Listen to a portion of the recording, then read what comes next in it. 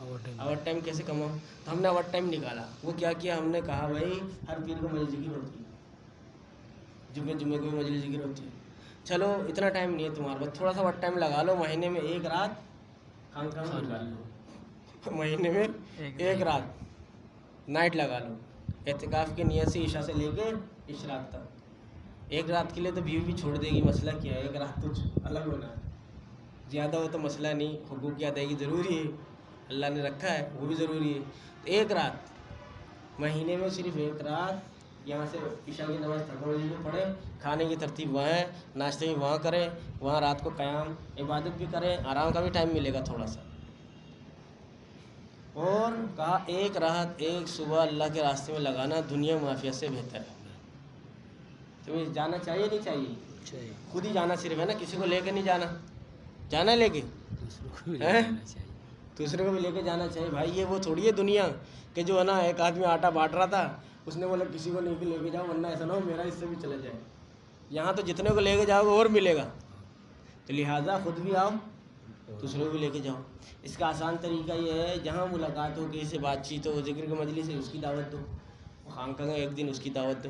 بندہ جہاں آپ کو لگے جا سکتا ہے اس کو وہاں کے لیے دعوت دو. موبائل فون میں پیسے بھرتے ہیں, پیکج کرتے ہیں, کوشش کریں موبائل فون کو بھی اللہ کے دین کے لیے استعمال کریں. فون کر کے اطلاع دیں, واٹس ایپ کر کے اطلاع دیں, صحیح ہے نا. مستورات کی ترتیب نہیں صرف جینٹس کا ہے, سارا مستورات کو لے کر آتی ہے, صرف جینٹس کا ہے, مردوں کے لیے ہے, مستورات کے لیے نہیں ہے. مجھے ذکر میں مستورات جا سکتی ہے. تو بھائی اس کی کوشش کریں. یہ جو ہمارا پیر آ رہا ہے 21 اور 22 جون کا درمیانی شب, یہ ماہانہ ہفتہ ہفتہ اور اتوار کے درمیانی شب, ایک عمل لیل کی ترتیب ہے. کوشش کریں تھوڑی سی قربانی کی. آدمی کو کہیں ضرورت پڑ جائے نا, بعض لوگ کہتے ہیں میں جا نہیں سکتا, میرے بیوی بچے ہیں, جب اس کو ارجنٹ ہوتا ہے وہ بیوی بچوں کو اماں کے یہاں چھوڑ دیتے ہیں, اپنے اماں کے یہاں یا بیوی کے اماں کے یہاں, تو ابھی بھی چھوڑ دیں. تو مسئلہ یہ ہے, ہم نے حضرت سے سیکھا, بیچارے لوگ پریشان ہوتے ہیں تو مسئلہ حل کر کے جاؤ بھائی, ادھورا نہیں چھوڑو, پوری بات کر کے جاؤ, تاکہ شیطان اس کو بہکا نہیں سکے. وہ خود مجھے بہکا دے وہ الگ مسئلہ ہے, شیطان نہیں بہکا سکتا, اور اس کو سارا سوال کا جواب اس کے پاس موجود ہے. اور کوئی بہکانے کی کوشش کرے گی اس کو بھی سمجھا دو تاکہ وہ بہکا نہیں سکے. کوئی سوال بچتا ہی نہیں ہے نا, تو مشکل نہیں ہے, کوشش کرنا ہے. ہاں کوئی عذر ہو جائے, ضروری ہے ظاہر رکنا چاہیے, لیکن اگر نہیں ہو عذر, کوئی ایسی بات نہ ہو, شرعی عذر نہ ہو, کوشش کر کے ایک رات اللہ کے لیے نکالیں. آپ کو بھی فائدہ ہوگا اور آپ کے نسلوں کو فائدہ ہوگا. اور اللہ تعالیٰ کا عجیب شان ہے کہ وہ آخرت میں بعد میں دے گا, دنیا میں پہلے دے گا. کوشش کریں گے انشاءاللہ, دعوت بھی دیں گے دوسروں کو. اللہ تعالیٰ مجھے بھی آپ کو بھی کہنے سننے سے زیادہ عمل کی توفیق عطا فرما دے. جو کمی کوتاہی ہوئی اللہ تعالیٰ اس کو معاف فرما دے. سفر میں ذکر بھی کرا دے, دعا بھی آپ ہی کرا دے.